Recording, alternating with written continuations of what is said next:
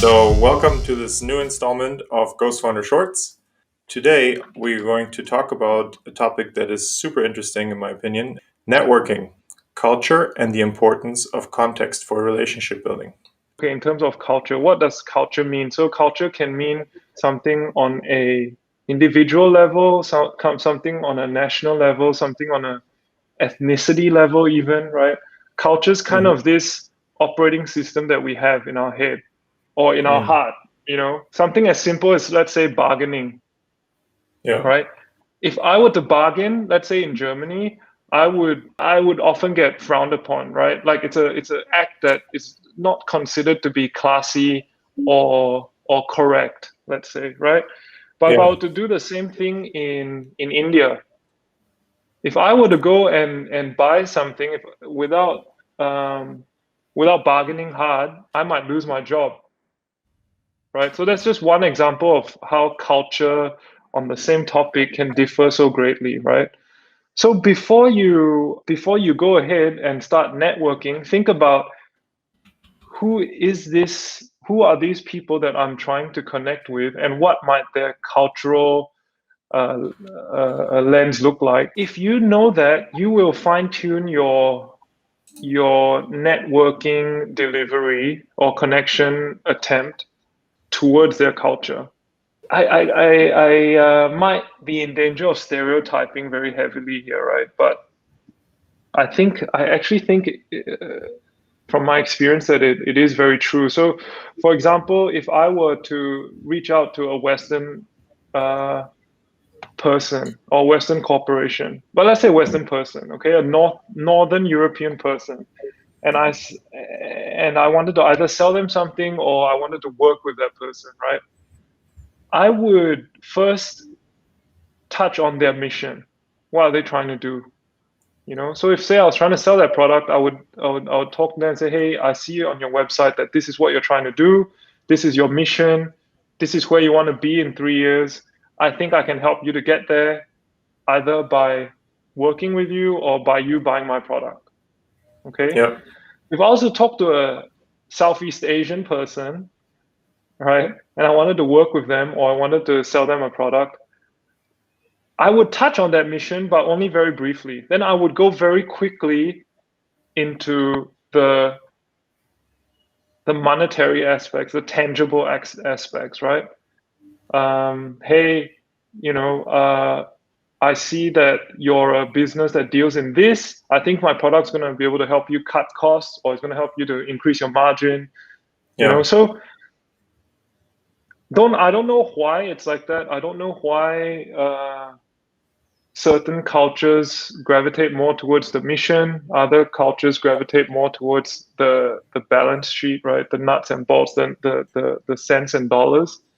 But Yeah. it's just the way it is, right? And but it just has helped me over the years and over having hundreds and hundreds of different conversations with different people uh, to realize that you can't approach every single meeting with a blank slate, right? You can't go in there with a very broad strategy. You have to take that time to think where they're coming from, what's important to them. It's just so important. That culture of that person's background or that company's culture, those things are just very, very important. And you have to keep that in mind while you're preparing for that meeting. Talking to somebody in Southeast Asia versus talking to somebody from, I don't know, Scandinavia, right?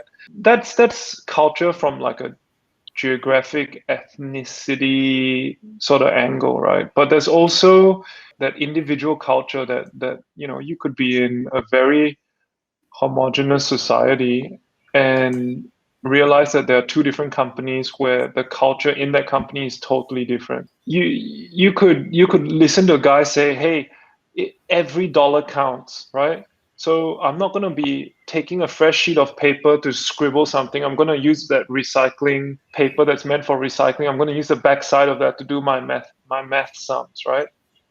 Nobody's going to Yeah. say that that's bad or good. That's just the way that guy rolls, right? And you could listen to somebody else like that's more in the vein of an Elon Musk or whatever, where he's like, he's in his mind, there's no such thing as scarcity. It's all about abundance. It's all about, hey, it's a huge world out there. Hey, no, sorry, it's a huge galaxy out there. We're going to go out there and get whatever we need. We'll never be short, right? Both guys or girls, both persons would not be considered to be wrong or right. But when you're going to approach them for something, you want to resonate with them. You don't want to be going in there and trying to tell them that, hey, the way they think is wrong. You just want to tune your delivery so that it resonates with them and still be honest and authentic in the process, right? But it just helps to get that communication across, because then you're speaking in a language that they hear.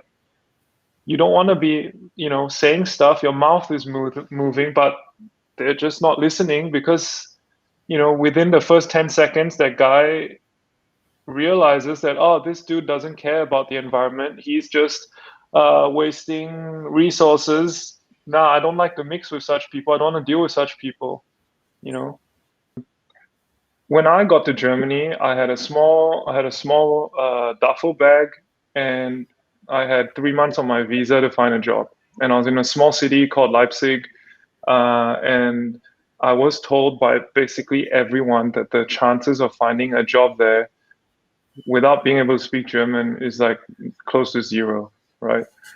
And so I had two ways of thinking about it. Like, okay, do I go and make sure that I get my German up to a certain proficiency before I go look for a job, or do I just own that I can't speak German, but I can speak Mandarin? I've lived, I come from Asia. Maybe that could be something that I could leverage, right? So just that thought is important, just to be able to have that awareness of what your value might be.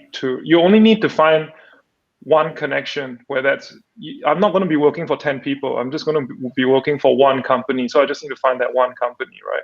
So then I got told, oh, if you want to approach somebody in Germany, a company, you need to basically, I don't know, create like a folder, right? Like create like a massive booklet of who you are, what you've done, what was your thesis at university, get a professional to take a picture of you, etc., right? So I was thinking, okay, why don't I just write the CEO like a short message, So this is probably my version of just asking for help, right? So I just wrote the guy and said, hey, this is who I am. I heard that I need to prepare this massive, produce a massive booklet of what I've done and who I am, and etc., etc. But before I do that, do you think I might be of help, right? And he just quickly replies. So he replies to my 5 bullet point email and says, hey, come over for coffee. Let's say hi and let's see what can happen, right? And 2 weeks later, I had a job, because if I had have done it the other way, I would just be one of many, and I'd probably be doing it not as well. I wouldn't be able to produce that interview booklet as well as the other Germans in the field, right? It takes practice, right? It's nearly free for you to ask a question. Right.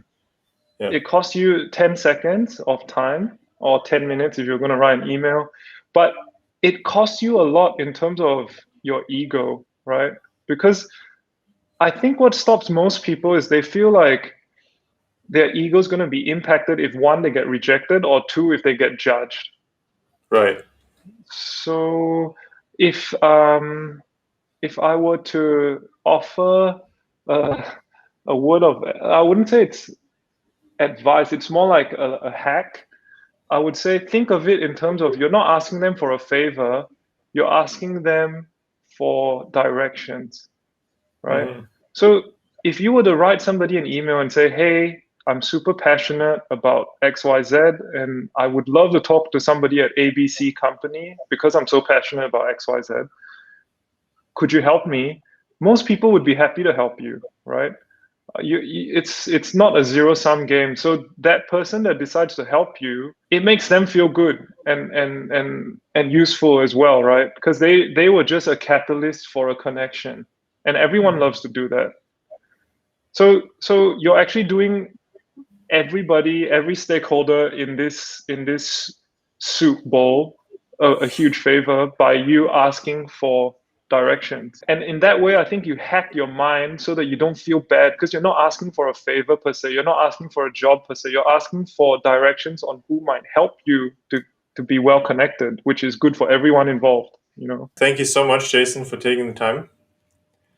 Pleasure.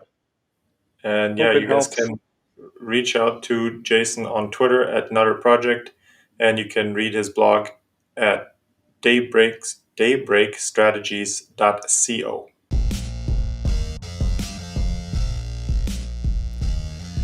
Hey, thanks for sticking around. Ghost Funder Shorts is an open format, so if you want to be the expert on our next clip, or if you want to refer somebody to us, please don't hesitate. Shoot us an email at hello@ghostfounder.com.